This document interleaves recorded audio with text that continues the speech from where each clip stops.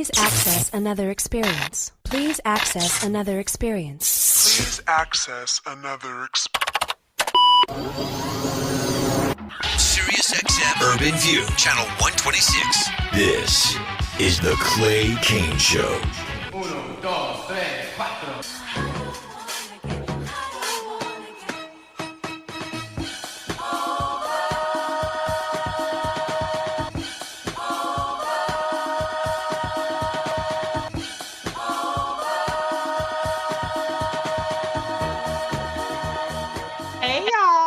It's your girl, Reecie Colbert, filling in for my boy, Clay. This is the Clay Kane Show on SiriusXM Urban View. Today is Friday, December 2nd. We are in December, y'all. Where did the time go? Oh, my goodness gracious. I am so happy to be here again with y'all today. I was just here yesterday. A little disgruntled people a little bit yesterday, but it's a brand new day. We're gonna have good positive energy. And so to kick it off, I gotta kick it off with my girl. You know, when I host, I gotta bring her on. Erica Savage Wilson, founder of the Reframe Brain podcast. Hey, sis. What's going down, Reecie? Hello to Clay Kane and to the Clay Nation. What's going on, SiriusXM Urban View? Yes, girl. I mean, how you feeling this Friday? I feel like it's a beautiful Friday. What you think? Girl, it is a beautiful Friday, as we both well know in the DMV. Hoping everybody is having such beautiful weather that we're experiencing right now. I love this time of year, Reecie. Me too. Like, you know, I go back and forth between like, I want it to be fall and then like, oh no, it's too cold.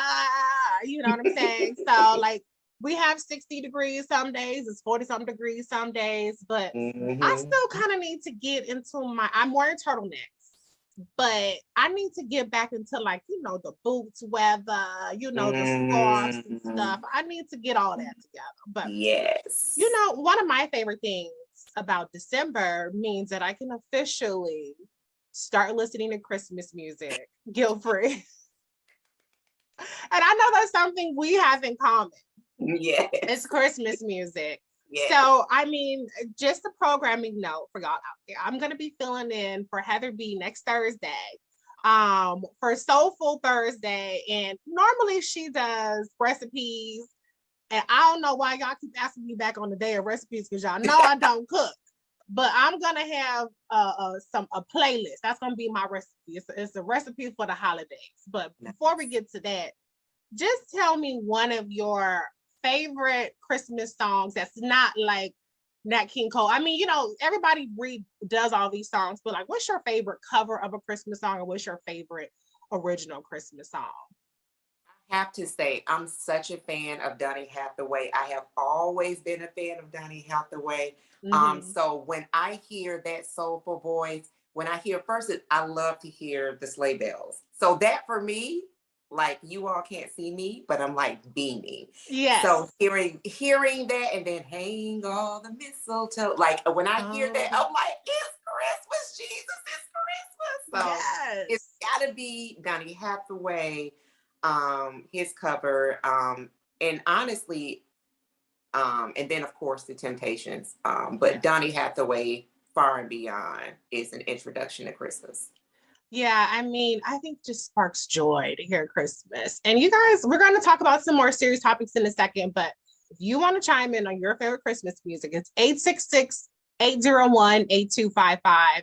This Christmas is a song that I can hear 50 million 11 different ways. Now, I don't know if you saw the other day, Lady Hathaway kind of threw some shade. And she said, you know, she said, y'all need to call me and to sing my daddy's songs, okay? Because y'all doing it all wrong.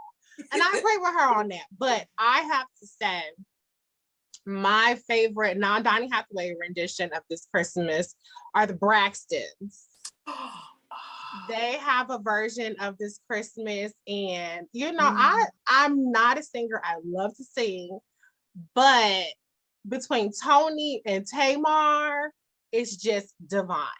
It's just absolutely spectacular. So if you guys have streaming networks, whatever, look up Braxton Family Values Christmas album this Christmas. I mean, I be like, you know how you try to sing, I will hit the high notes to myself.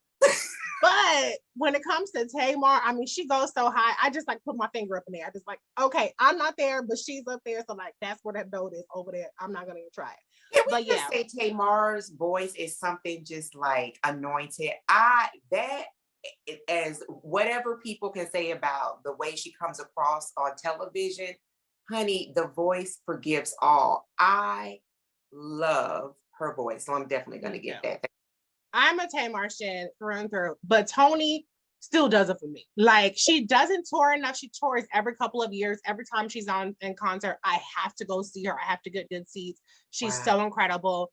But Tamar definitely has just an unbeatable range, an unmatchable range. And I like her personality personally. I like the antics. I like the, all of that. That's all me all day. So I ain't mad at it. You know what I'm saying? She gets a bad rap, but I personally am not mad at it. But anyways, girl, let's get to some of the stories today. I'm not going to go into a whole lot of detail of them, but we have to start, of course, in Atlanta. I know Georgia's your home state.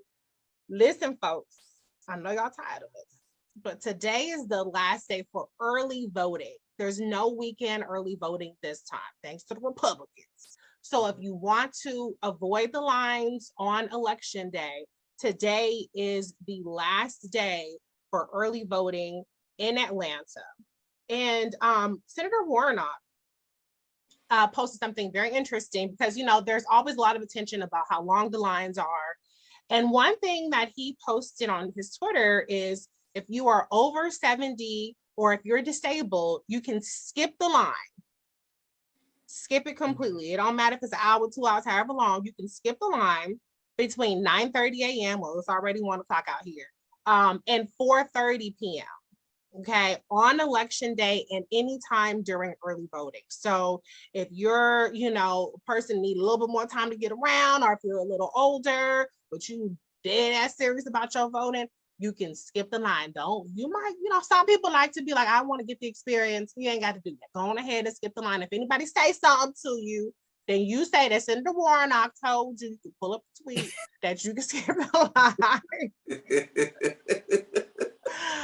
But last night, President Obama, who looking good, by can we say that? President Obama look good.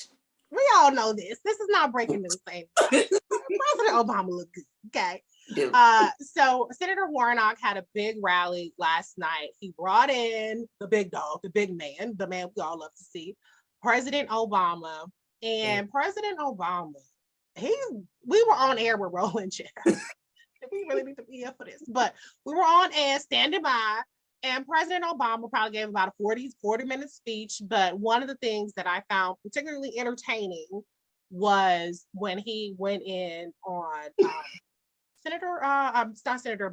Heisman Trophy winner, football player, pathological liar, Herschel Walker. Let's hear what President Obama had to say about Walker's interesting musings on the trail. Since the last time I was here, Mr. Walker has been talking about issues that are of great importance to the people of Georgia. Like whether it's better to be a vampire or a werewolf.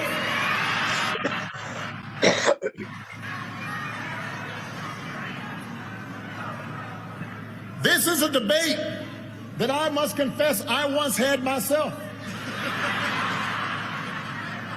When I was 7. Then I grew up.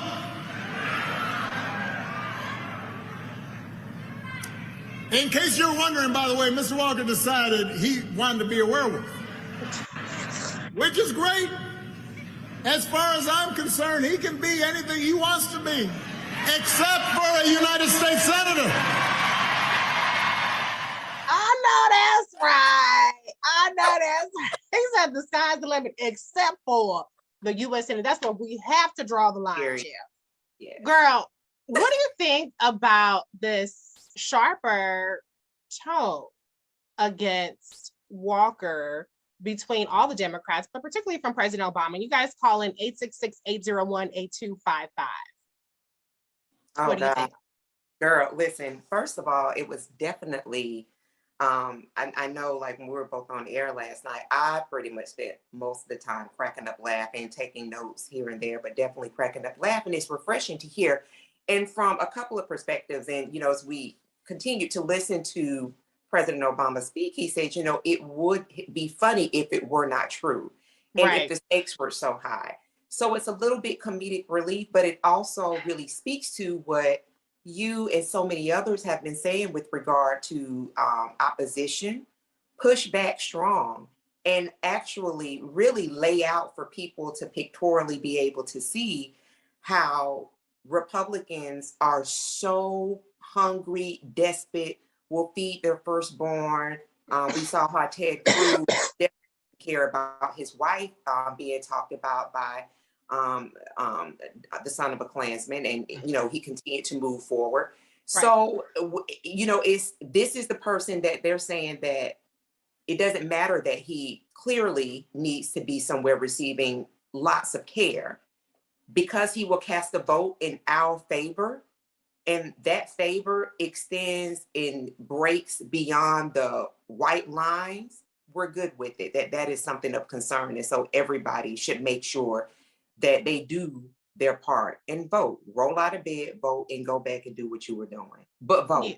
Yeah. I mean, I think that's really the key. I mean, I love that, Obama, he was in his groove, he was feeling it, and I think that Herschel Walker deserves all the mockery and scoring out there, but there's still a part of me, and I said this on Roland last night, that is pissed off that it's this close, that we have to work this hard to get Warnock reelected. This is not a close competition. If you stack them up in terms of their credentials, if you stack them up in terms of their character, if you stack them up in terms of what they're proposing, which by the way, Walker doesn't have anything proposing. Right. This isn't even close. And yet it's a race that's separated by 2 points.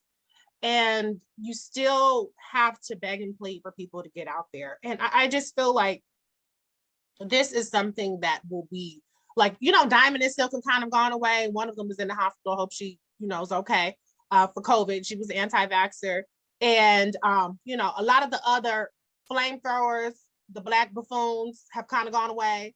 But imagine Herschel Walker with a 6-year term. That's what you guys have to realize. Senators are elected to 6-year terms. Right. 6 years of his buffoonery and his ridiculousness and his unfitness.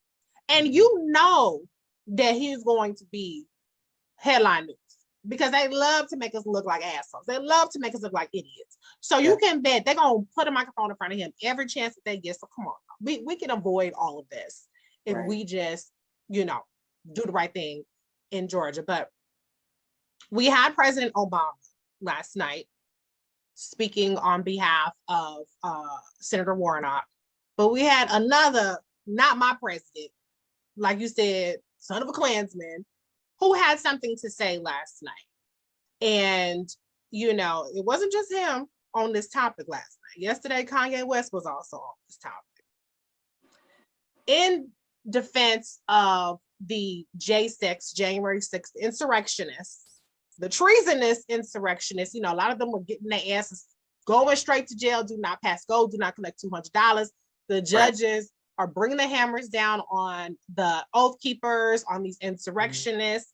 And Kanye West felt a way about it. He said, free them, they're political prisoners, which is absurd when you have Black Panthers that are political prisoners, when you have a mother I saw the other day, I should say a pregnant woman, who was sentenced to years in prison for attending a protest. There are actual political prisons. You have, I forget her name, but Black women, for instance, who voted, they actually didn't even vote, weren't even eligible to vote, didn't cast a vote, but just the attempt of trying to vote, are in jail because of that. Those are political prisoners, not insurrectionists, but that's a tangent. But let's hear what the other, not my president, had to say yesterday in a video that he released about the J6 insurrectionists. Well, you didn't say anything about that. Oh, I'm sorry. I thought we had the audio for that. Well, anyway, long story short, Trump was out there defending them and talking about how we're becoming communists and, just really going in on this really ridiculous things. Mind you, this is the same person that has tried to overturn the fair election results. So, I just think we cannot get any clearer in terms of when we look at the ex-presidents, when we look at the direction of the Democratic Party versus the Republican Party, what we are up against here. So y'all, come on, let's just do the right thing when it comes to these elections. It's only a couple more days. Y'all got to hear about it. Hopefully we don't have too crazy of primaries for 2024. I'm not ready for 2024 primaries. I'm not ready for that. Exactly. But next Tuesday. Oh, and I have to say another program, Clay and I will be on next Tuesday night covering the Georgia runoff results. So everybody called, everybody had a great time when we hosted it, and then Karen Hunter hosted after we did the midterms. Well, we got to come back one more time, get these Georgia Senate results out the way. So 7 p.m. our coverage will start of the Georgia Senate runoff. So yeah, y'all being quiet today. Go ahead, call me in 866-801-8255. Okay. All right. And then what else do we have going on? Oh, one other thing, that we were talking about, Erica, last week, there was the tragic passing of legendary Irene Cara. And there was rightful, outpouring of support and kind of giving her flowers. But you brought up another, passing of an icon, an overlooked icon, but an icon nevertheless. Tell us a little bit about this icon, Joyce Bryant, and why we should also be giving her flowers. Oh my goodness. Shout out to Essence, Reecie. I know you and Clay were down there representing earlier this year. Definitely shout out to Essence for this story because, I had it. This is really one of the beautiful things about Twitter. It really is that, and you've talked about this before, depending on how your algorithm set up, what it is that you select really brings you some really wonderful things to come by and read. And this was one of them. Joyce Bryant was a singer and an entertainer, born in the 1920s. She's a child of the Depression, had always a love for performing. And so as a woman during that time, really kind of gave her all into performing. And what was really interesting about her story is that I had never heard of her before. She passed a few days before Thanksgiving. She passed November 20th at the age of 95 years young. And that's a blessing. It is a blessing. And you to pass away and to be 95 and to have been somebody who contributed so largely into the entertainment world and had not heard of her. Of course, I've heard of Eartha Kitt, Dorothy Dandridge, Lena Horne, all of those women who were in entertainment, but not at Joyce Bryant. And so when I went on to read more about her, some of the same struggles that you all had discussed around the legendary songwriter Irene Cara of fame are some of the things that Joyce Bryant did. And she faced it a lot of because of her color. She was about the same color as me, a darker complected person, but really had this talent, this craft. But because the industry really at that time was not favorable towards Black people, only towards if there was going to be a performance from Black performers, it would be in front of largely white audiences. And then there would be oftentimes kind of it starts with an M, like the mocking of Black people. But she brought an elegance and a class in that. But because she would not acquiesce and not continue to give in to the roles that were given to entertainers, unfortunately, during that period, for darker skinned entertainers, which would be like mammy roles where they would be serving, less seen, she was actually forced out of the industry. she aged, as my son's godmother said, like fine wine, absolutely beautiful and eloquent. But unfortunately, it was only in her passing that we were able to learn about her rich and full life. But yeah, Joyce Bryant, an entertainer, when you look at her, you go, oh my gosh, I can see where certain looks were pulled and adopted from. And it was because of Joyce Bryant. Yeah. Yeah. And so if people want to, read about her, Essence has it was a really extensive article. I saw somebody tweeting yesterday about, we need more outlets, not Essence, not Root. Why is Essence in? Because come on, we need anyway. But this is the exact kind of article that this person was complaining about. We need. So it was very extensive. They have like video footage in there. They have beautiful pictures. So check out Essence, Joyce Bryant, if you want to learn more about her. Thank you, Erica, for bringing that to our attention. We're going to go to a couple of calls though before we head to a break. Starting off with Robert in Georgia. Hey, Robert, welcome to the Clay King Show. Hi, how are you? I'm good. How are you? Great. I hope this is better. Can you hear me better? I can hear you a little bit. Okay. I'll switch back. I had a question. I was wondering about the runoff.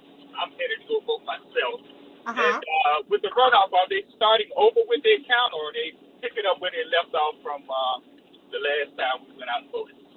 It's a brand new a race. So none of the votes that were cast before will have any bearing on this particular race. It's starting from zero. Okay, we got to get out there. All right. Thank you, Robert. Okay, let's go to Gigi in Georgia. Hey, Gigi. Hi, Reecie. So nice to hear your voice. Oh, thank you. Nice to hear yours. Yes, I'm calling from Georgia, and I've already voted in the runoff. Yay! Yes. Okay. But yesterday, Fox News Online ran a hit piece on Warnock about him as a youth pastor at Abyssinia Baptist Church. And he had a lot of commentary about Calvin Butts, Minister Farrakhan, Professor Jeffries.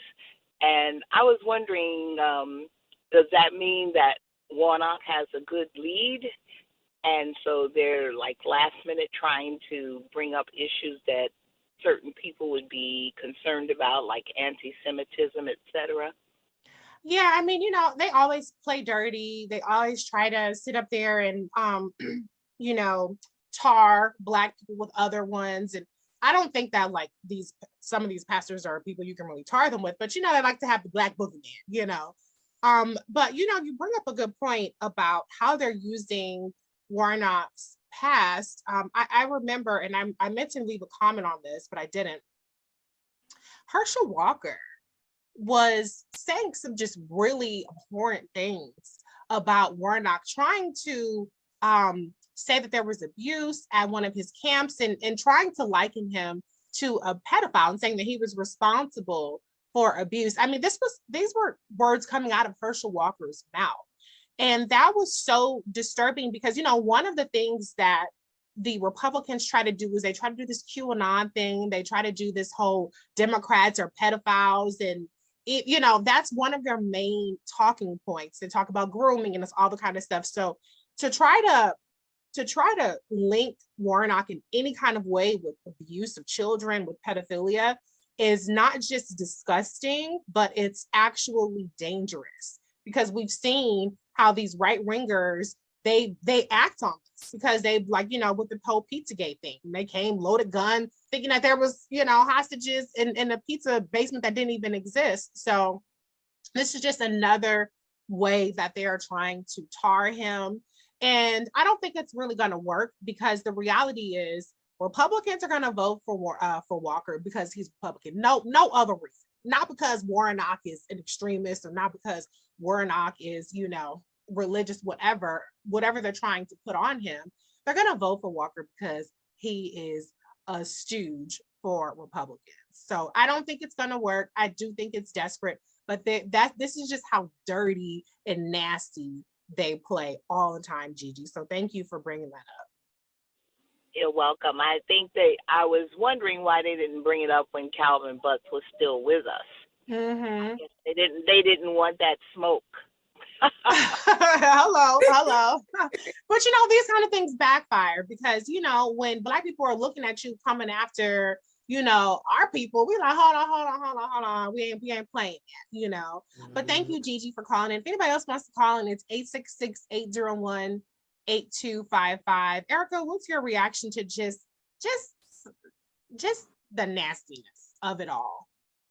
When she talked about the whole child abuse thing, my mind flashed back immediately to the confirmation hearings of Judge Ketanji Brown. Yes. So I thought about, and I'm thinking about the Republicans that were asking questions. They always preface their questions with pedophilia and abuse, which to me is outright demonic, Reecie. And one of the things that I said to myself, for all of those children that are experiencing this, adults that are carrying this, what a sickening thing to do. Yeah. Which is what, to your point, drawing back to what you talked about earlier, it doesn't becoming very tired of having to really convince people that voting is a good thing to do, concerts and all of that. I get it, because when you have, and I can't even say they're a community, but a cesspool of people who are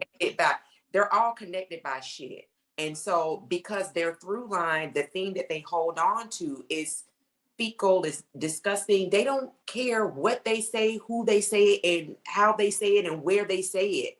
That should be enough to make people, and I say get out of bed, because to me it's an action. So get out to go and vote for people who have no problem letting you know, baby, there is no bottom. Oh yeah, I couldn't agree more. And also it plays on the tropes of Black men as being sexually deviant and all that kind of stuff, and it's just so layered, the levels of sinister, just stereotyping and danger they're trying to put Warnock in. And they do this to all Democrats, like you said, with Justice Ketanji Brown Jackson. It's sickening and and it's triggering to people for their trauma and for the very real abuse that people experience, which, by the way, Republicans are not allies in that regard. They're not allies when it comes to honoring or protecting victims. These are the same people that throughout the country, in Texas being one of them, where, they don't have an exception for rape or incest, for abortions.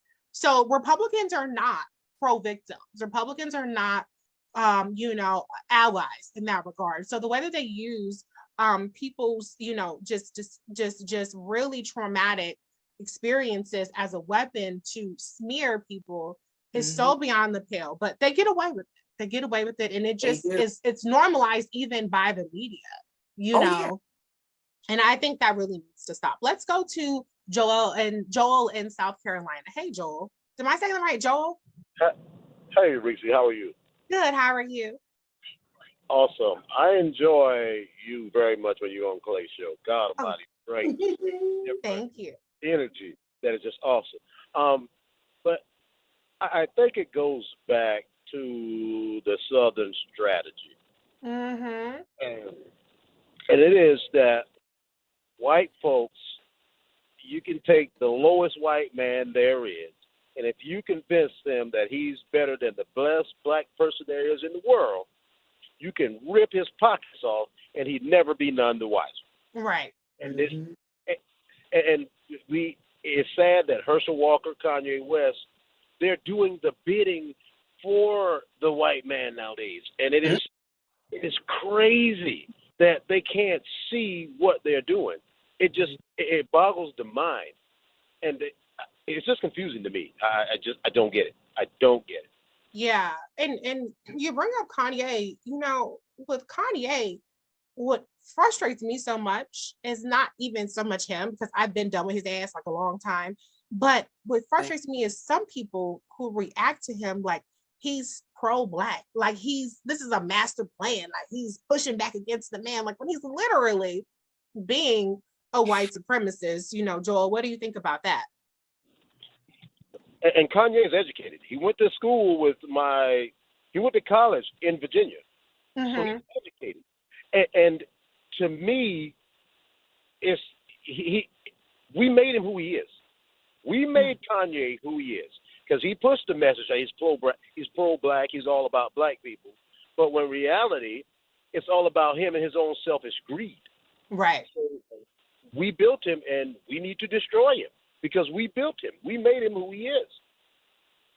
Well, I think he's destroying himself right now. He's doing that all on his own. And I just don't know how anybody can continue to overlook what he continues to do. But thank you for the call, Joel. We're going to head to a break, and we will be right back. Call in 866-801-8255. It's Reecie Colbert filling in for Clay. I'm here with my girl, Erica Savage Wilson. We will be right back. We now return to the Clay Kane Show on SiriusXM Urban View, Channel 126.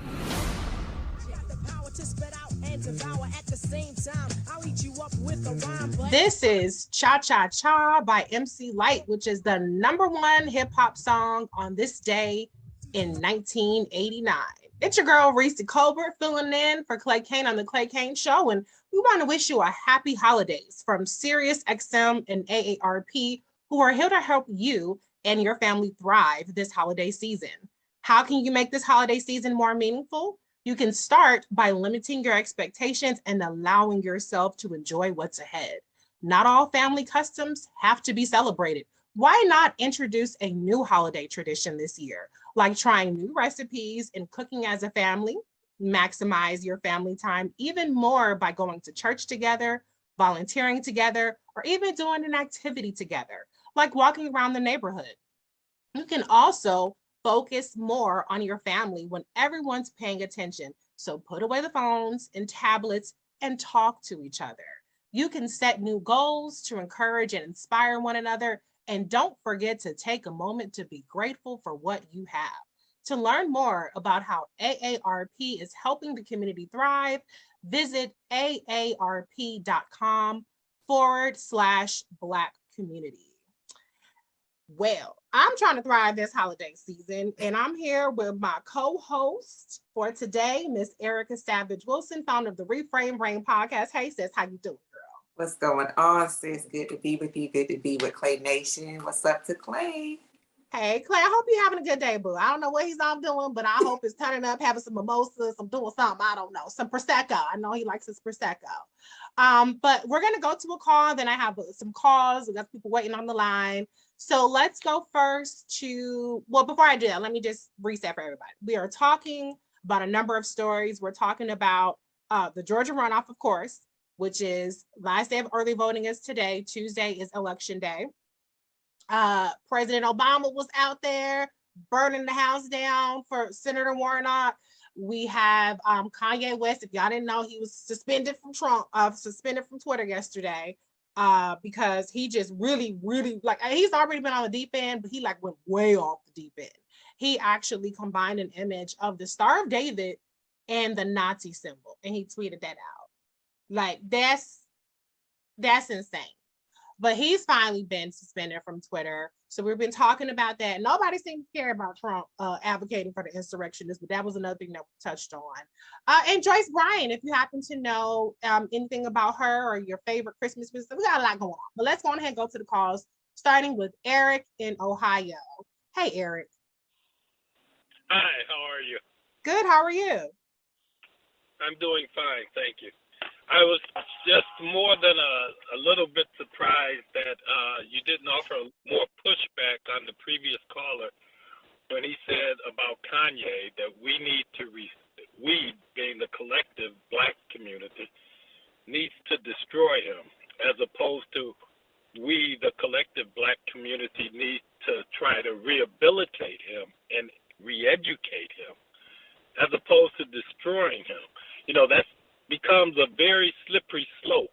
you start wanting to destroy black people, want to destroy other black people, because there's no bright line test to determine who is worthy and who is unworthy of being destroyed. I just want to set my feelings straight on that. We don't need to destroy any black person.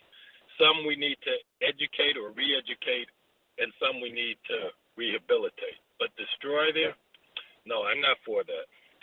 I hear you, Eric, and I respect that. I don't share the sentiment of we need to destroy him. I think that it's a moot point because he's destroying himself. But I also don't share the sentiment that we need to rehabilitate him. He is not one of us at this point. He has drawn a line in the sand. Yeah. When you not just casually, it's not like, I don't know who that person is.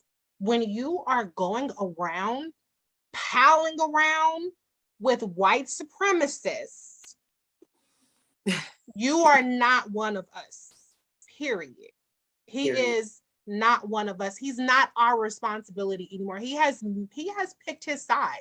Nick Fuentes is a white supremacist. He was on InfoWars his whole circle now is white supremacists. Yeah. So how is it our responsibility to rehabilitate him? It's our responsibility to protect ourselves from the propaganda and the damage that he's causing to us, because he is helping to embolden the most dangerous sect of society, the far right extremists. And I said this yesterday, I'll say it again. I'm not putting it all on him like he's all powerful and but for him, none of this will be happening, because I know that's not the case. These are people who are demonic and who are dangerous, irrespective of what Kanye is doing. But with his platform and with what he's choosing to do with it by spreading propaganda, he has picked a side. Yeah. And I will not have any parts of trying to reach out to a person who's trying to be a part of the folks trying to destroy us. Right. So do I think we need to destroy him? No, I don't think it's our responsibility to destroy him. And I don't think it's our responsibility to wrap our arms around him. I think it's our responsibility to say that Kanye is not one of us anymore. He was. And I'm going to tell you this. I was with Kanye at the House of Blues when John Legend was singing background for him. Okay? That's how long I've been with Kanye. And I was with him every album. I was with him on every tour. But slavery was a choice. But Harriet Tubman slander, Malcolm X slander, et cetera, et cetera, et cetera. I can't rock with that. So I've been done with his ass. Right. But I'm not going to advocate for destroying a Black person. I'm with Eric on that. But everybody that's Black, outer skin folk and kinfolk, and we don't have a responsibility to wrap our arms around people that ain't with us. Erica, what are your thoughts? And ma'am, my cape has been burned. Never, the threading cannot be used. The ashes are of no good. That is over with.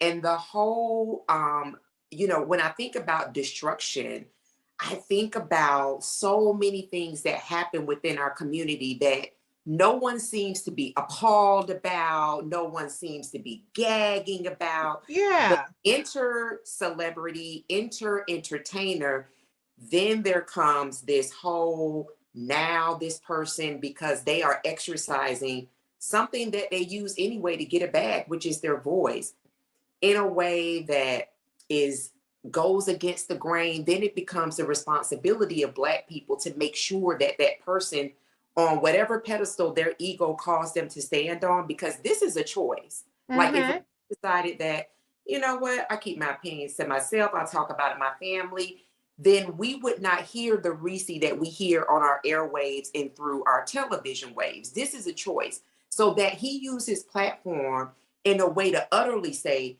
and those people that you froth at the mouth to cause harm to, the people that you use as target practice when you're shooting, the people that you fantasize about torturing and killing, because it's happened in this country. It's probably been one of your family members, but that they themselves can do that he has now linked arms with that terrorist cell and said, I will be of service to you, get the fuck out of here. He is reaping everything that he has sown, and that he is taking my faith, right? He's taking a whole book that he has no authorship in, the Bible, and he's using that as a way to further radicalize and bring people to a point that this is God. Like, get out of here with that. These times were predicted, they're coming to pass, and if people want to make a list of people that they believe that we should be giving repair to, they have no regard for their own life and for the rate of disrepair and the things that are being done to cause harm actively in our community as a collective now. I'm more concerned about that than Kanye, whatever he is. That thing is a collection of cells to me. He is no more than the bastard son of a Klansman. Bye. Woo. Hello. I mean, imagine a billionaire, previous billionaire, like Kanye.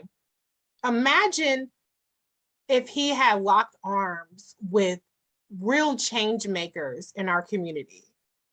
Imagine if he was really giving voice to people really making a difference in our community, as opposed to these white supremacists.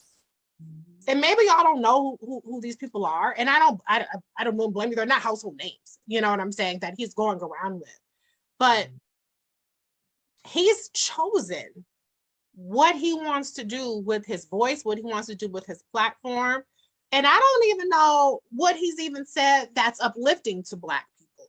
He's had so much disdain for us as Black people, the way that he talks about our political choices, the way that he talks about people that we have gone to bat for, like George Floyd, you know, the way he's talking about our ancestors, for fuck's sake. Right. He has more reverence for white supremacists. He has more reverence for Hitler than he does for Harriet Tubman and Malcolm X. More reverence for Hitler than he does about Malcolm X. And this is what we're supposed to be down for.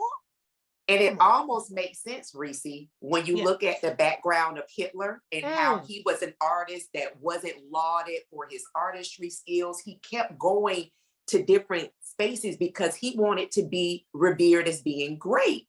Yeah. And so you have a country failing economically, and here he is with this message of, it's their fault, not yours. You're great because of his own emptiness. So yeah, unfortunately, there are definitely parallels there.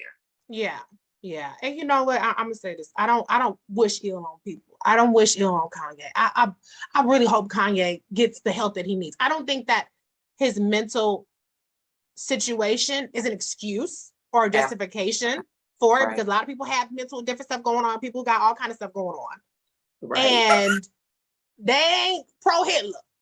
But I really hope he gets the help that he needs. But at the end of the day, whether he does or not is not something for us to continue to extend grace with his white supremacy any longer. It's time. I said it yesterday, I'll say it again. It's time to get the fuck off the Trump Kanye train, period. Point blank in the period. Okay, we got the phone lines lighting up. Got a couple people on the call. Stay tuned. I'm going to get to all of you guys, but we're going to start with Evelyn in Ohio. Hey, Evelyn. Hey there. Hey.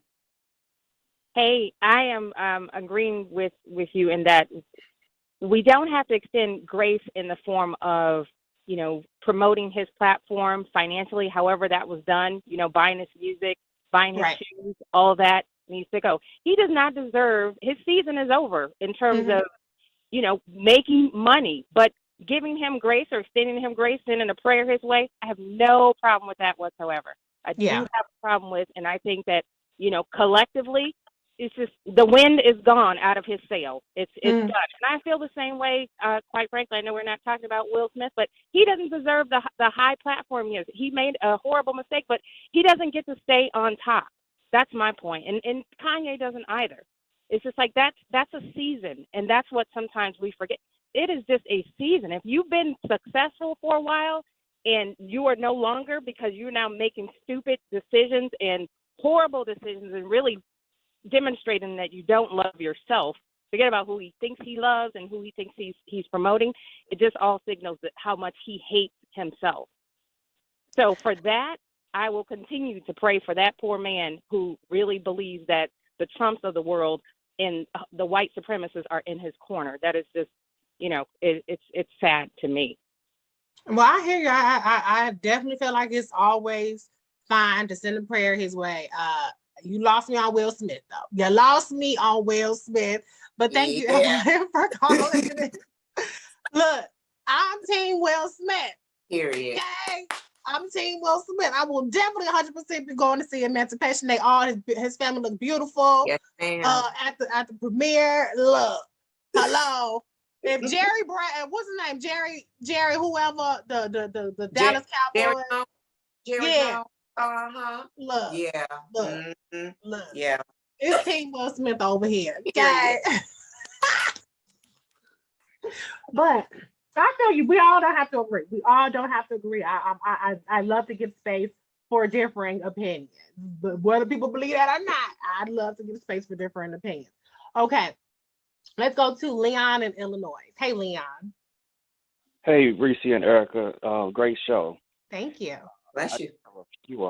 I just have a few comments. I'm confused why people are still confused why Kanye is doing what he's doing, promoting white supremacy. He's doing it for the money. Answer is plain and simple. Like other grifters, do it for the money. And then the guy said something, Kanye is educated because he went to school. Kanye admitted that he doesn't read. There are a lot of people that went to school. Trump went to school, and he's still dumb as a doorknob. Right. So I'm not really sure why going to school makes you educated. And yeah, I'm Team Will Smith too. Like, it was one smack. Yeah, come on. Right. Run around, he's torn now. He's good. Everybody, that's Hollywood stuff. I'm Team Will Smith too. Thank you, Leon. Well, I mean, I agree. It's about the grift, and some of it is backfiring a little bit, but Clay got his book coming out on the grift and conservatives and black conservatives, and Kanye is just one of them right now. Okay. Yep. If he didn't come out with Gold Digger and Jesus Walks, none of us would have the kind of grace for Kanye's craziness that we've been having. Okay. All right, we got time for a couple more, probably one more call. But I want everybody who's on the line to hold on, because I love to get to the calls. I'm not gonna leave y'all hanging, but we're gonna switch gears just a smidge to talk to Ann in Indiana, who has a comment about President Obama. Hey, Ann. Reecie, my girl, what's up? Hi. Hey, Erica. Reecie, when Clay said that you were going to be on the show, I'm like, I got to call and talk to my girl Reecie. Oh, yes. I love it. All I have to say about Barack Obama, that man got some timing like ain't nobody's business. Love to hear him speak because he's almost like a comedian. That timing is everything, He just does, he's just there with the speeches and stuff. I love it. And as far as Kanye, I've never been a Kanye fan, ever, ever, ever. Don't care about him. All I have to say is, and Will Smith, woo, woo, woo. I'm sorry, Reecie, but woo, woo, woo. Who I like and who does it right, LeBron. You can't see, that's how you use your platform. Not all this other craziness.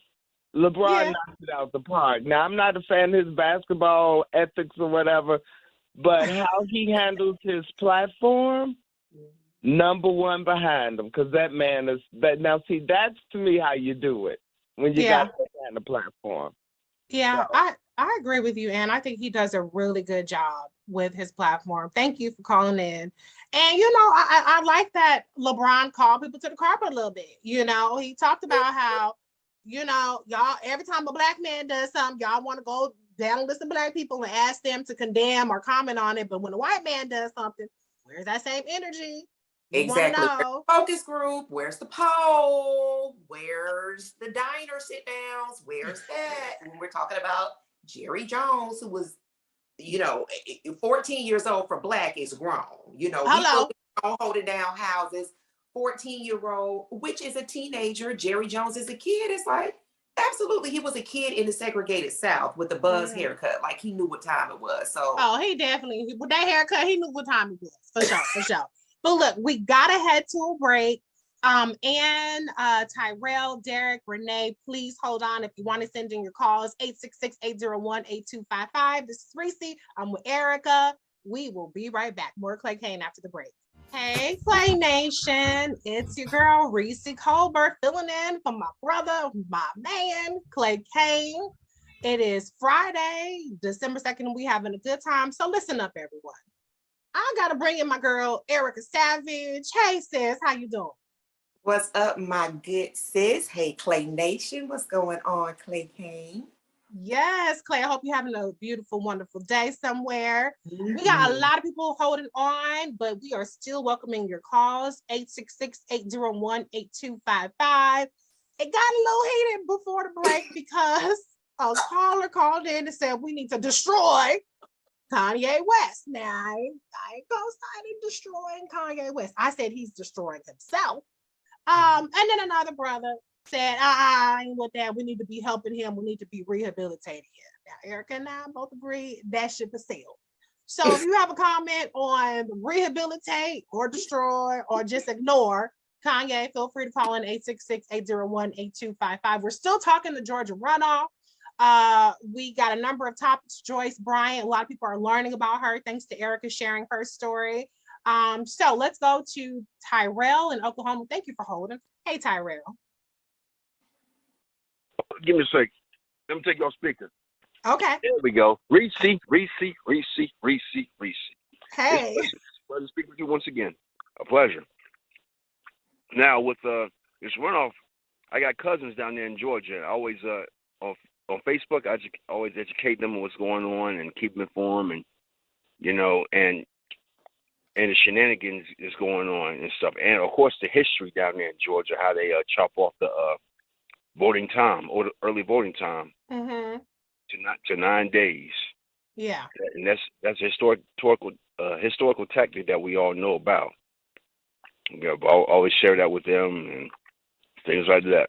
Anyway, just so that everybody knows now, if Walker gets in office, oh my God, that's gonna say a lot about Georgia right there. Right. I'm just saying. Now with Kanye, I agree with that. The fact of the matter that we need to educate him. I mean, he dug his own hole just like Walker did, Herschel Walker did, but we need to educate him again. He just loses his mind because he lost his mind. Well, I agree with you on the lost his mind part, Tyrell. But I like this Black men solidarity, y'all. Like, yeah, let's hold it together. Let's bring in our fellow Black men and try to get them on the right path. I appreciate that and I respect that. So thank you, Tyrell, for calling in. Okay, let's go to Derek in Brooklyn. Hey, Derek. Hey, hello. Hi. Hey, Reecie, how's it going? Sorry about that. I wasn't expecting to get. Oh, you're good. All right. Good afternoon to you and Erica. Love the show today. Glad to hear you filling in for Clay. But as far as your boy, I ain't gonna say your boy, but as far as Kanye, there's nothing we could do for him, and I don't understand this attachment people have to somebody who doesn't want to be held on to. Right. Let him go. Period. Let him go. He picked his poison. He likes it over there on that side. We good. We gonna eat good on this side. He can eat, the raisin mashed potato salad and stuff over there. He's good. That's where he need to be. Yeah. He gotta give his ex-wife $200,000 a month. Like he created all of this on his own. Right. And you know what? I'm just gonna get my popcorn. I'm just gonna get my popcorn and just watch this catastrophe just play out in front of all of our eyes, because he did all of this to himself. all of this to himself. So there's no rehabilitation. I'm tired of, oh, he's still mourning his mother's death. No, it's over. That ship done sailed. Like, over. Peace. You know, Thank you. Peace. Yeah, I know. Thank you, Derek. And you're so right. I mean, this is self-inflicted. I mean, this isn't like he volunteered that he likes Hitler. Like, I'm not like trying to say in any way, shape, or form that Alex Jones is the redeemable person of the conversation yesterday. But Alex Jones is like, you're not like neo-Nazis. You're not like skinheads. Like, you don't like Hitler. And he was like, I like Hitler.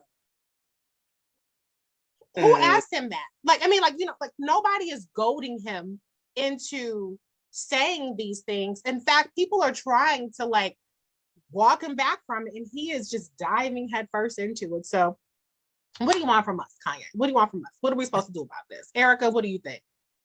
Yeah, no, I let the church say amen. I think that, you know, what this brother is demonstrating is accountability and be able to say, so, you know, it is, I'm very upfront. I am a believer, and there is within those tenets accountability, and you can love someone, show them grace, mercy. And I think that this is always, you know, a disclaimer coming from the side that is not being disgusting, the one that's not really kind of carrying the water of filth and hurt and harm. He's, as you and Terrell pointed out, he's choosing to carry those buckets. He's literally making the choice to walk over, pick up those buckets of water and carry them himself. So if that is what he's going to do, it's the same thing that we teach either our children, colleagues, people that are direct reports. Like there is a strong difference between right and wrong. And before Harriet Tubman's internet and after Harriet Tubman's internet, baby, there are going to be consequences.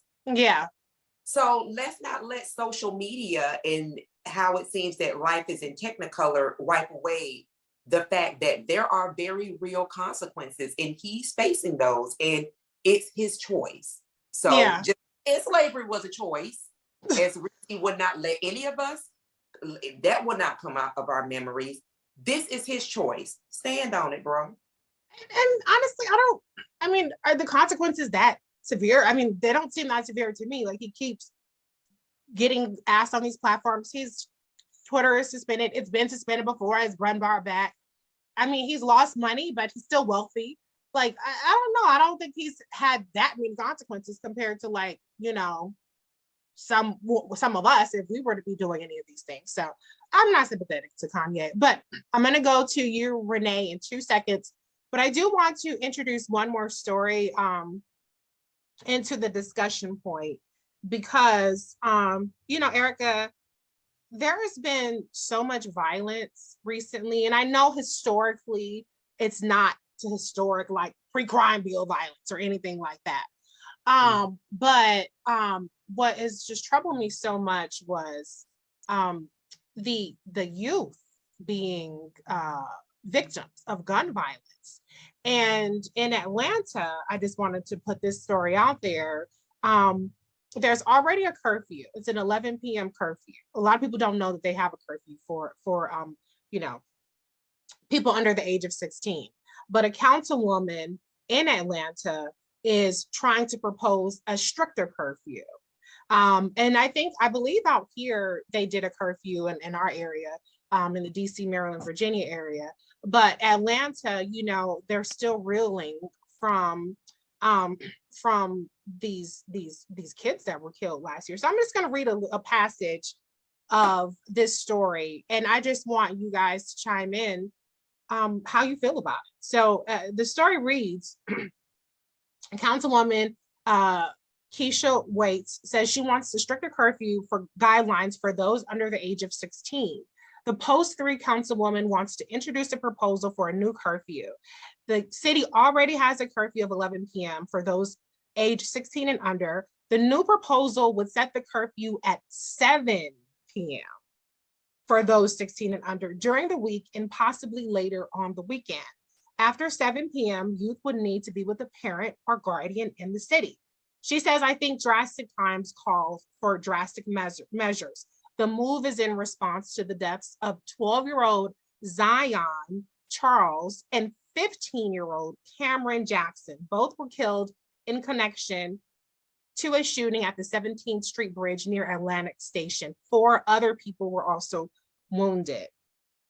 And for the record, Zion's mother has also called for a curfew. And so, 7 p.m. is 6 p.m. What was it, 7 p.m.?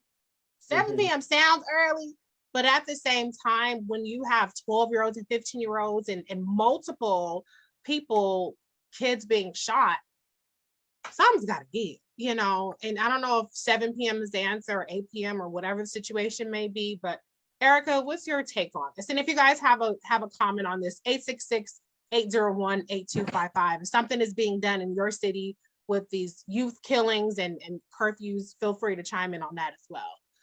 Erica, sorry, your thoughts. Oh gosh, Reecie, you sending me this story, I'm reading it, and I was sharing with you and was sharing with the audience before we came on air, was discussing with you that it literally a day before Thanksgiving, my boyfriend, my partner, his nephew, his sister's youngest son, 18 years old, was killed due to gun violence. And so you have, time of year where people are getting close to their families, celebrating, kids are happy to have a break out of school. And instead of, planning games or planning a new tradition, some of the things that people do around Thanksgiving that you were, briefly talked about earlier, they're planning a funeral. Yeah. And so, what a disruption. She still cooked Thanksgiving dinner on Thanksgiving yesterday. And so he's with his family now in Brooklyn, actively as we speak, and that the violence was perpetuated by another young person. I'm saying all of that to say, because reading further in the article, then those parents have to deal with the siblings, the family have to deal with that absence. And we still have Christmas. Yeah. And then the New Year. Yeah. Which people usually, at least from my experiences, have used weapons as a way to celebrate. All of this saying is that Atlantic Station, which used to be some time ago, a really nice place to go and shop and eat. Now, we've seen that Atlantic Station in Atlanta. Here in the DMV, Tyson's Corner, which anybody knows anything about the DMV, I mean, that area is a bit upscale. Right, so this is an issue that whether it's someone here in Virginia going as a manager in Walmart, killing his colleagues, all of these different things that are happening, they're not going to stop happening unless we do something about it. And when you look at people who would rather keep guns in neighborhood, complain about it, create boogeymans around the communities where we're seeing this happening instead of doing something about it, tells you all you need to know about a legislator and people in general. So definitely my heart goes out to this mother who is having to fight a legislative battle. We saw this with Lucy McBath and her son Jordan Davis was killed by gun violence. This is really something that we collectively are going to have to take a stand and not leave these parents by themselves. But there are bigger things to be concerned about. We should not be burying babies. And they were both babies. I agree. And I think anything that, you can do, try it. Make it temporary, make it a week, make it 2 weeks, but try it and see what works. Okay. Got tons of calls. 866-801-8255. A lot of people want to chime in on Kanye. We're still talking about Kanye. So let's go to Renee in Virginia. Hey, Renee. Hey, how you doing? First time caller. First time caller. Okay. I only call in about Kanye. I'm not really much of a fan of Kanye, but I hear about him and so forth. But this is something that my pastor says. And he said, the devil will take you further than you want to go and keep you longer than you want to stay. You have to be aware of who you surround yourself with. And, we quick to throw somebody away. You call yourselves Christians, and, as soon as you make a mistake or somebody makes a mistake, you want to discard them. But somebody needs to go out and rescue that brother. Because, just like I think the politician who died during COVID, that was following Trump, Kane, I believe. When he died, you didn't hear a peep from anybody because of who you surround yourself with. When you're in the midst of the devil, and those spirits get on you, you're going to need some intervention to get it off you. That young man is going through some stuff, and basically I seen when his mom died, he changed.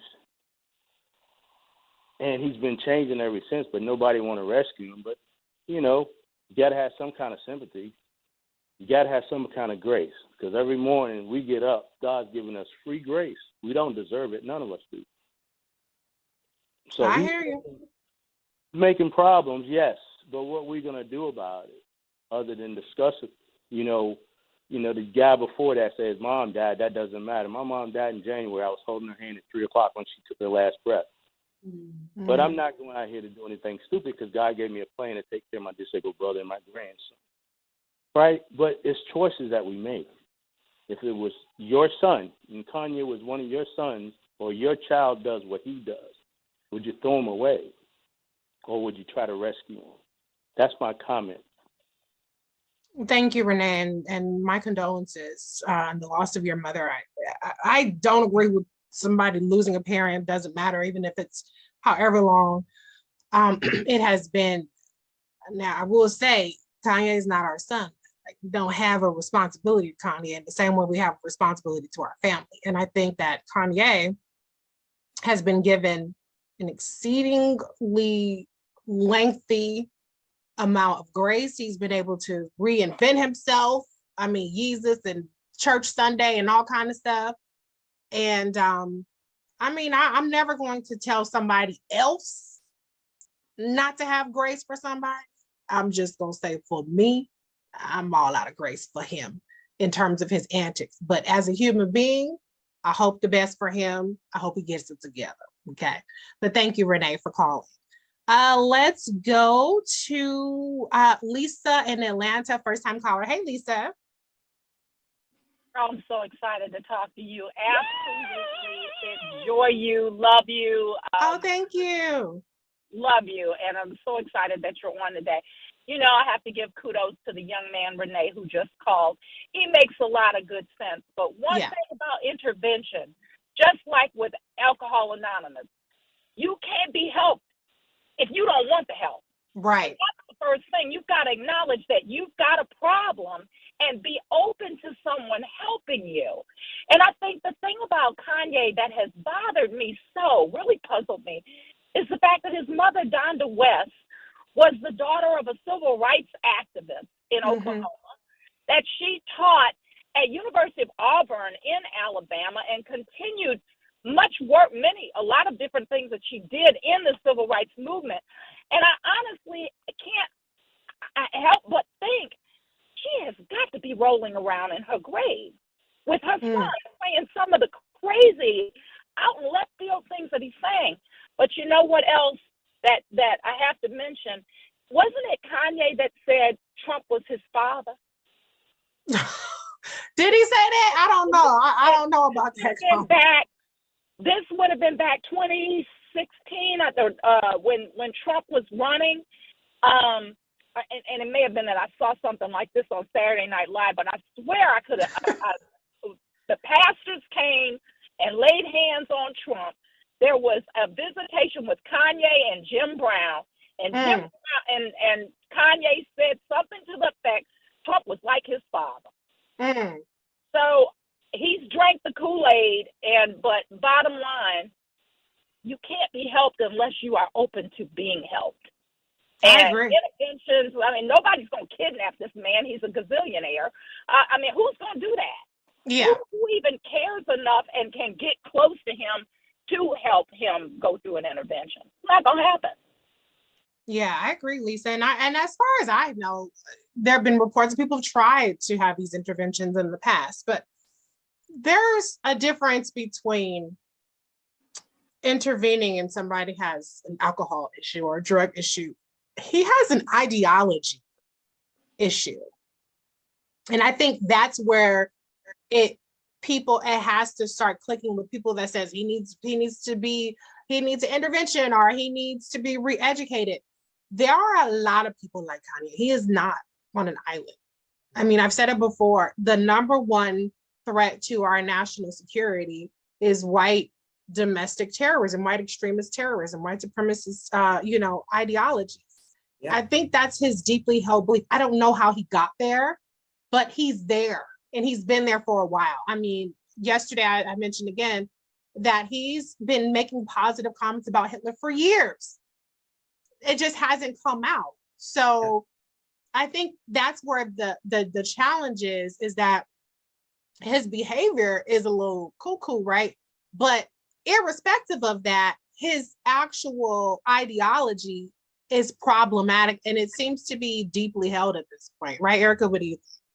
Oh yeah, I mean, he's dug in. He's exactly where he needs to be, and that's why the work that you do around disinformation and misinformation is so important. People are not connecting the dots with when one of the most powerful things in the world is an idea. That's why what you say, ideology is so true. That is one of the most powerful. It's almost indestructible. So yes, with someone who has a bruised ego, who believes that they should be lauded and respected. I mean, you know, he was comparing himself to Prince many years ago.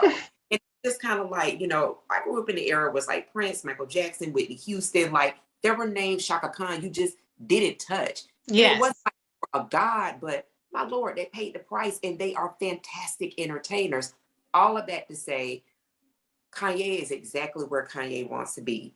And it is not the responsibility of Black people to convince him to first love enough, because love, period. Love enough that he then loves himself and then sees how that then directly impacts his community. Because he was a believer, you love thyself as you love your neighbor as you would thyself. Where there's no love, there is none of those other things. So this is Kanye. He's in the exact seat, the throne. He has manifested this throne that he's sitting on. Woo, if you don't speak on it. Thank you, Lisa, for calling in. Let's go to Brian in Indiana. Oh, hey, Reecie and Erica, how you doing? Can you hear me okay? Yes, we can hear you. We're good. How are you? Hey, doing good. Love the show. Love the show. You know, I think, and I'm speaking just kind of as a Black man, I think one of the things, I'm not on the destroy or support. I'm really on, I mean, he lost me at slavery as a choice. I mean, that's right. He lost me. But I think the thing that's so crazy, and the thing the deeper point is there's this narrative of white people handpicking Black men and saying, we think we know who speaks for you guys best, whether it's Herschel Walker or whether it's Kanye West. And that's what I feel like is so insulting. As long as these guys are perpetuating white supremacy, then that's who they crown as this is who speaks for you. And I mean, as a Black man, it's like the great Chuck D used to say, like, every brother ain't a brother, you know? Right. Yeah, it's just, and so from that standpoint, I mean, I don't think he's going to listen. You know what I mean? I think he's just too arrogant. He's got this godlike complex. But I think one thing that I noticed when I listened to that interview with Alex Jones, and Alex Jones is crazy, but he tried to give Kanye an out. Like, don't really, like, yeah, no, I actually love Hitler and I love the Nazis. But one thing that stood out to me is the conservatives have been playing footsies with code racism for years, with code language like woke and welfare queen and all that stuff, but they've always given plausible deniability. Kanye is the monster that they created because his cartoonish racism, anti-Blackness, and anti-Semitism basically exposed them. And that's all I've got. I agree with you, Brian. Thank you for your call. And he's right, because, you know, Kanye was very, very much lauded and useful to the Republican Party when he was out there saying that George Floyd, you know, smearing him, and he was saying all of these right-wing talking points. But now they trying to distance themselves from, his rhetoric is abhorrent, his rhetoric is just standing up.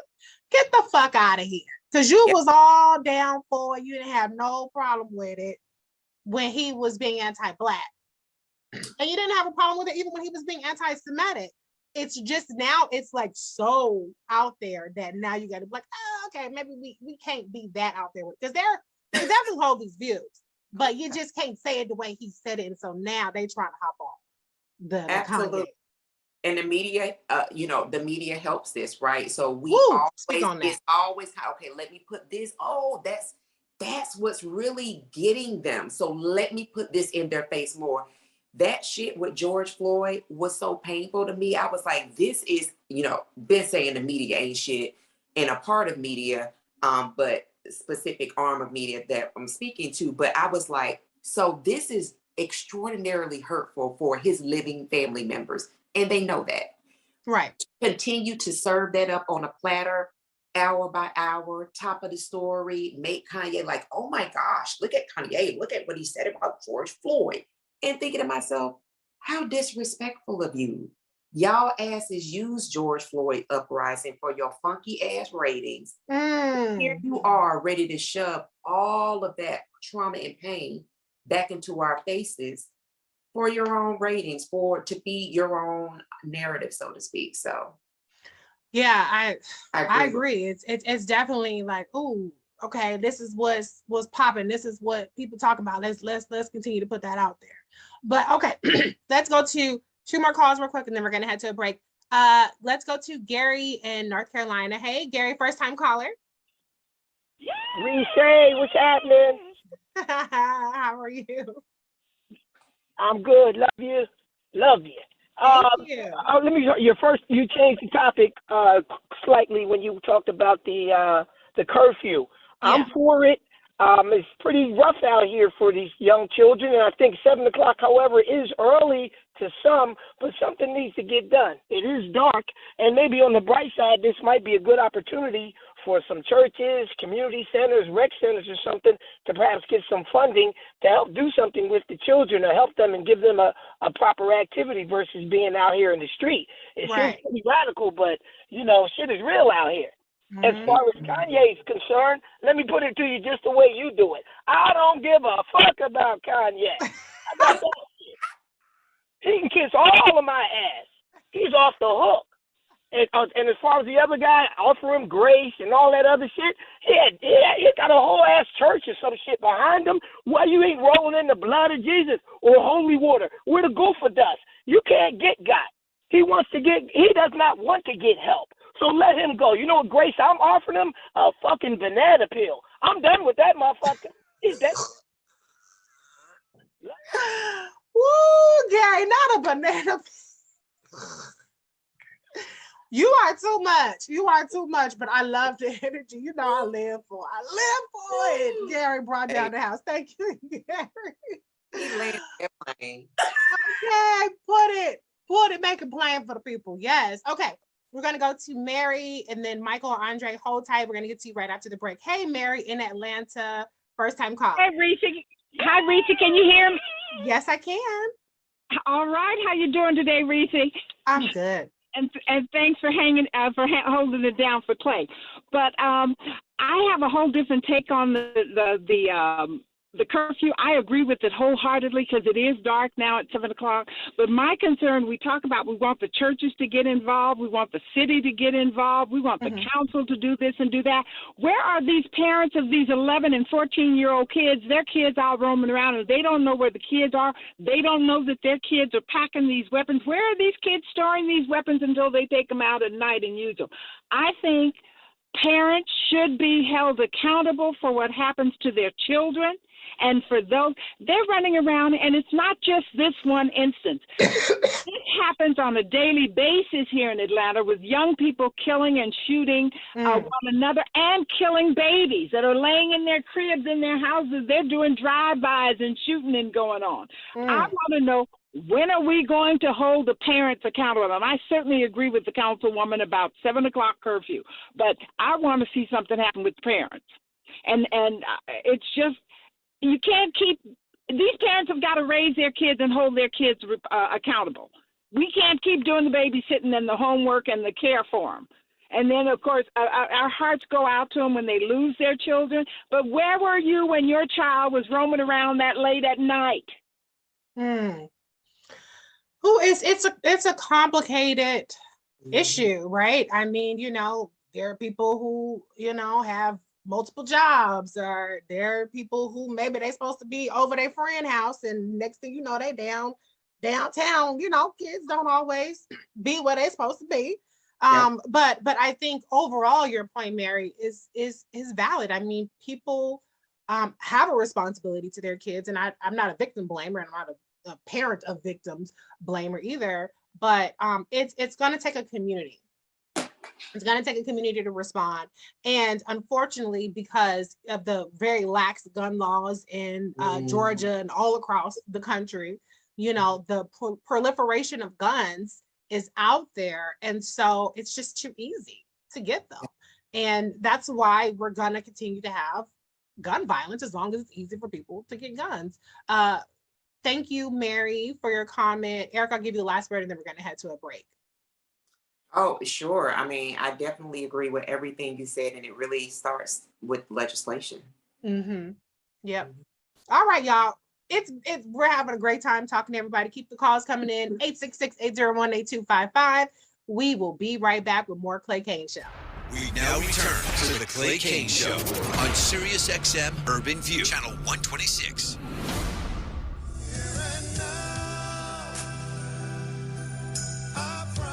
Here and Now by Luther Vandross. That was the #1 R&B song on this day in 1989. Oh, I love Luther.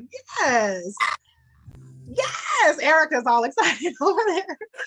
In case you just now tuning in, this is your girl, Reecie Colbert. I'm filling in for my brother man, Clay Kane, who's never really gone, by the way. And I'm here with my co-host for the day, the lovely, wonderful, talented Erica Savage Wilson, founder of the Reframe brand. Hey, sis, how you doing?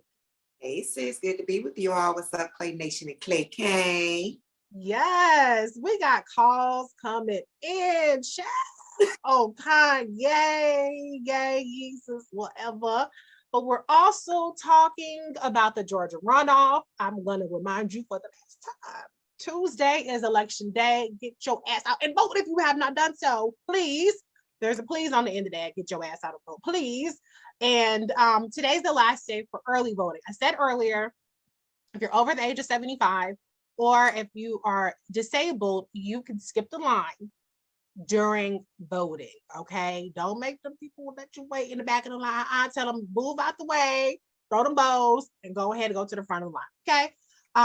But all right, we're gonna get back to the phone lines. We're talking Kanye. We're talking about an Atlanta curfew that's being proposed for 7 p.m. to try to curb some of this gun violence, particularly for teens. There's already an 11 p.m. curfew, and President Obama brought down the House.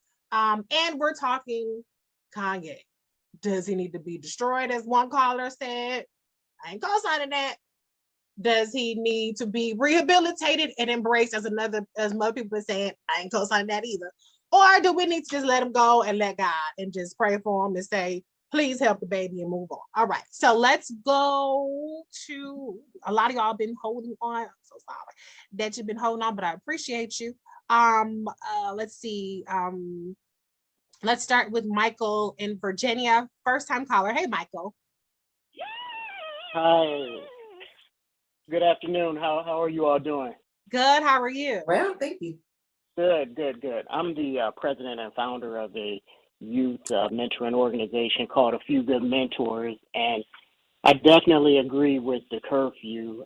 We have 4 chapters. We're getting ready to open one in Atlanta, and I think the main problem is we just don't have men, especially, mentoring to the younger men. And so that's why I started an organization. I've worked 36 years in the FBI, and I can tell you that, if nothing changes, nothing changes. And so if you don't get out there and help out in the community, it is a community problem. And I think that that's the point of it is that we should, help each other out and mentor to young men. But I think having a curfew is the right way to go. I think, but we also got to get out there and mentor to these young people. Oh, I agree. And I think that, I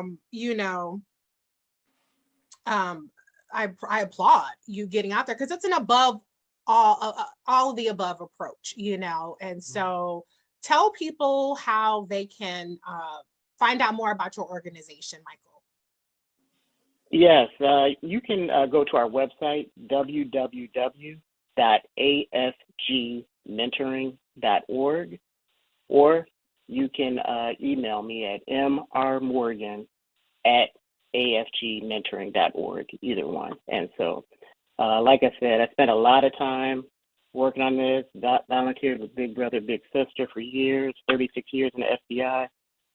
It's our responsibility to impact the next youth.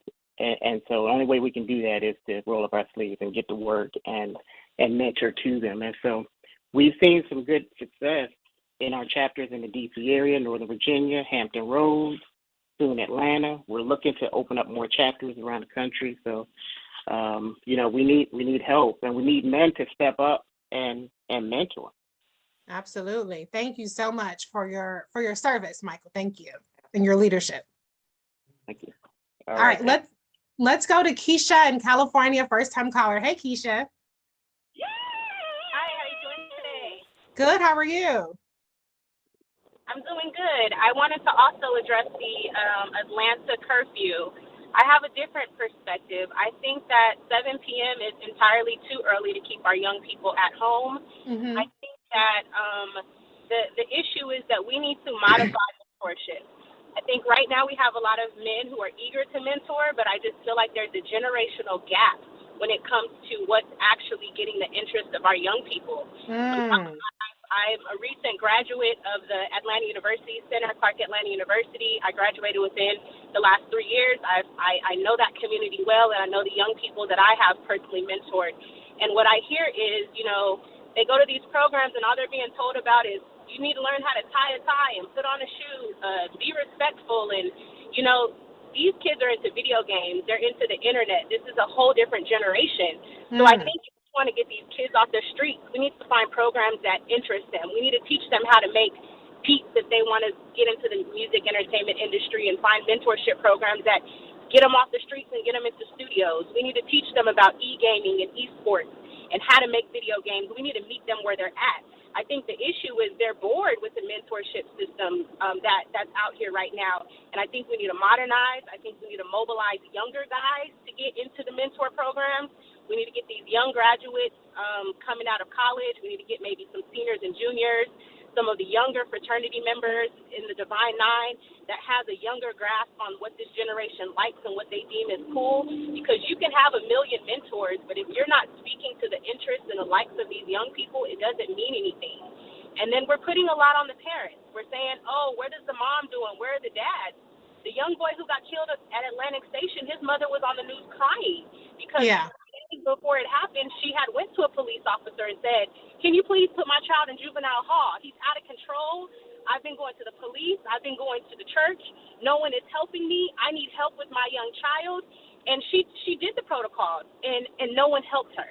So we need to get back to the village mentality. We need to get back to the basics. We need to get back to each one teach one. And we need to stop blaming just the parents, because nowadays we all see inflation and the impact of the economy. Prices are going up. There's parents that are taking on 2-3 jobs. They're working a full-time job and coming home and working an evening job, taking on night shifts.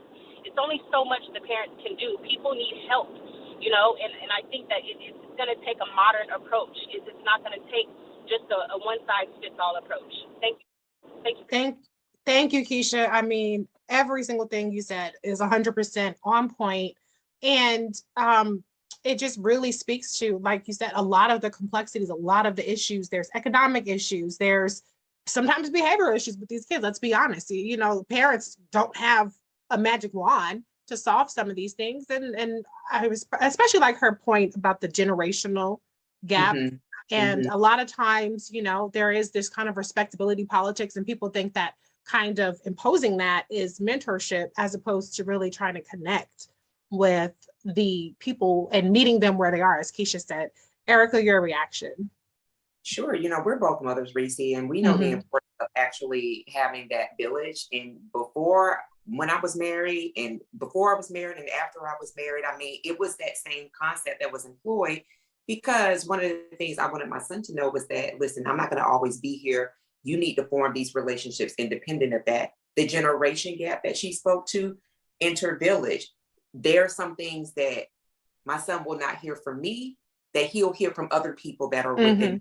So I definitely agree. And this is why she talked about she's 3 years out of the AUC Center and joining the poorhouse. You think about all of that energy, that youthfulness absolutely to pour that into the generation, and they have a level of respect. They know that you understand.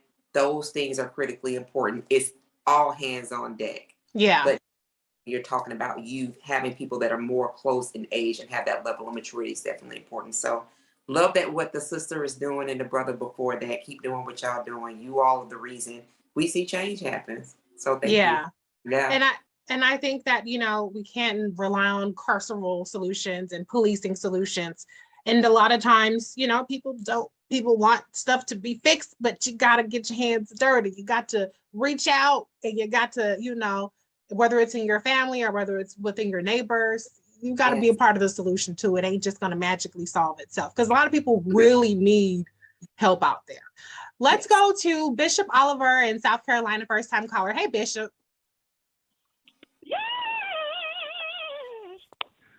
Good afternoon, Reecie. How you doing? I'm good. How are you? Doing fine. Thank you. I follow you on Twitter also. Oh, great. Thank you. You're welcome. I just wanted to say something from a pastor's perspective about Kanye West.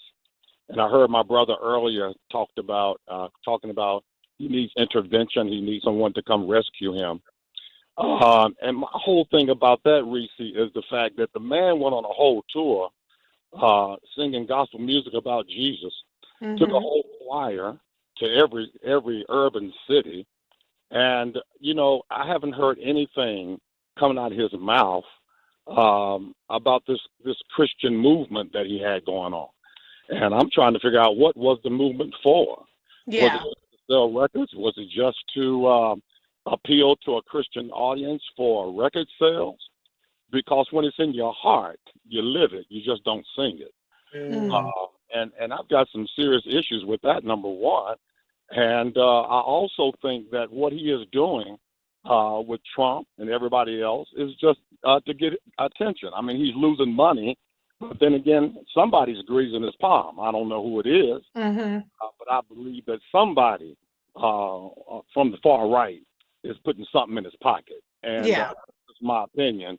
And I just wanted to say that. But this Christian thing, to me, I'm not God and I'm not the judge, but it seems to me a little shady for you to do all this singing about Jesus, you know, and now you need to be rescued by Jesus.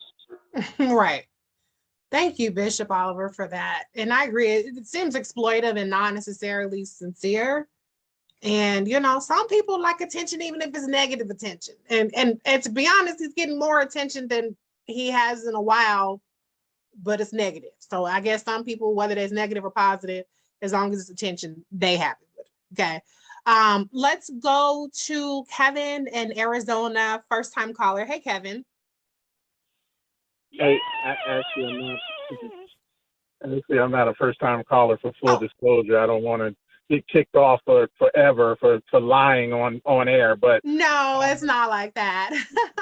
Go ahead though, Kevin. We appreciate your repeat call. Yes, thank you. Hello, everyone. Here's the thing. I have children older than the young lady that called in and just graduated from AUC. And when I was growing up in the south side of Compton, I was required by my parents, who both had post-bachelor degrees, to come in when the street lights came on. That saved my life.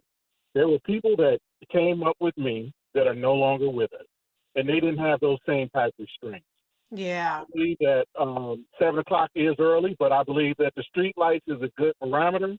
And I think that is the structure that they need. And if the parents don't enforce the structure, if they pick the kids up after being out after the curfew, then the parents should get fined. And if you keep finding them long enough, they're gonna make them children get off that street. And I believe that is what can help. I think that can help. Now you see who the real criminals are on the street when you separate the people that are supposed to be out on the street and the people that are not supposed to be out on the street.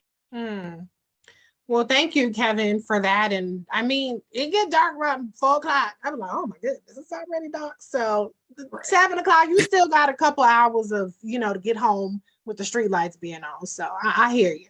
All right, y'all. Look, we still got a lot of calls and we got a short amount of time. So I'm going to fire through y'all, but keep it quick, like 60 seconds if you can. All right. Because I want to make sure we get to all of you. Let's start with let's see. I'm trying to remember who came first. Dave in Maryland. Hey, Dave. Hello, thank you for taking my call. I'm trying to get through this real quick. I'm tired of hearing about Kanye. Fuck Kanye. You know, he just like the song that he made, You Ain't Messing With a Broke N-Word. That's where he gonna end up. Now, let me get to the juveniles. I'm calling from D.C., Maryland, and Virginia area. You have juveniles that are bringing guns to school, committing acts of violence, going around breaking in people's cars at night. So I believe it begins with once we eliminate the video games. When I was young, I had to be 18 to buy certain records. Start with the censorship. Start holding parents accountable. And the lady that called with all the degrees, let me tell you something, sister. I'm street smart. And part of the violence is stemming from these these recording studios where they're making rap songs and they talk about each other, one neighborhood talking about the other neighborhood, and that's where a lot of this violence begins. So do your homework. Do your homework, sister, and get out there and find other ways. First, we'll eliminate the violence on TV, the radio, and all other sources of music. That has to stop. That's what begins. I remember Dorothy Height. Okay, Dave. Okay, I appreciate you, but we got to go to some more calls. But thank you so much for your call. Thank you.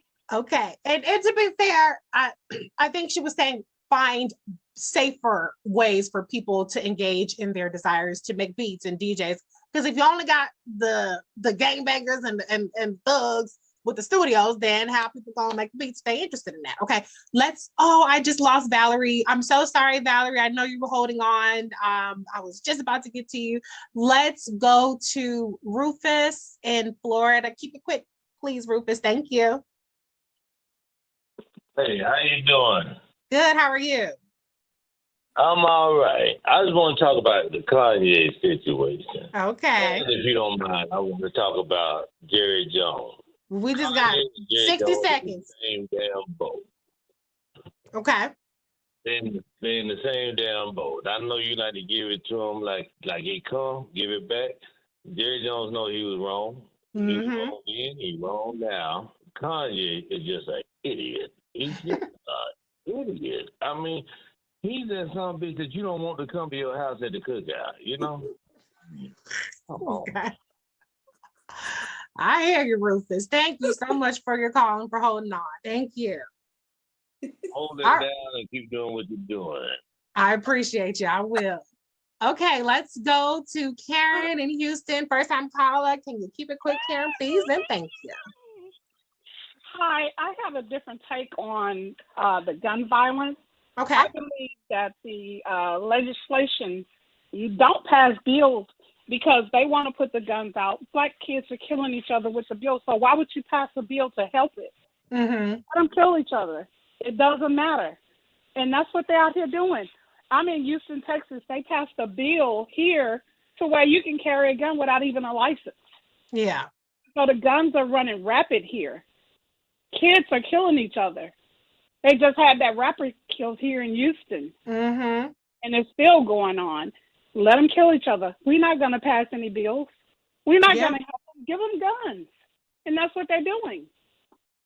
I hear you. I think that there is a lack of concern because of the demographics, but the NRA and the gun lobby is so powerful. So it's not just a racial thing. But thank you so much, Karen, for calling in. We literally have 2 minutes. So James, New Jersey, super quick. What's your comment?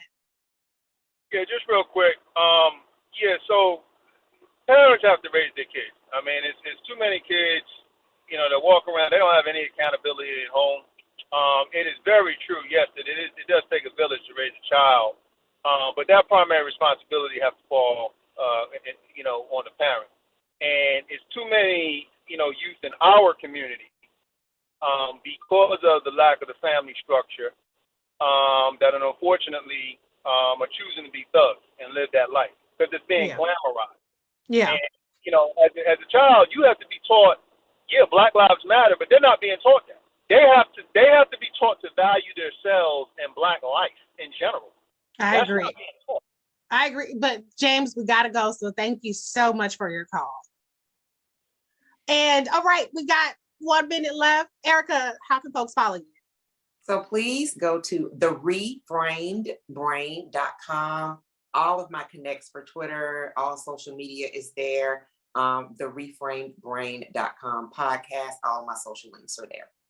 All right, sounds good. And look, that's your girl, Reecie Colbert. I'm signing off for the Clay Kane Show. You can catch me with Clay again Tuesday for the special election results. We're going to be bringing it to you live. Make sure y'all vote.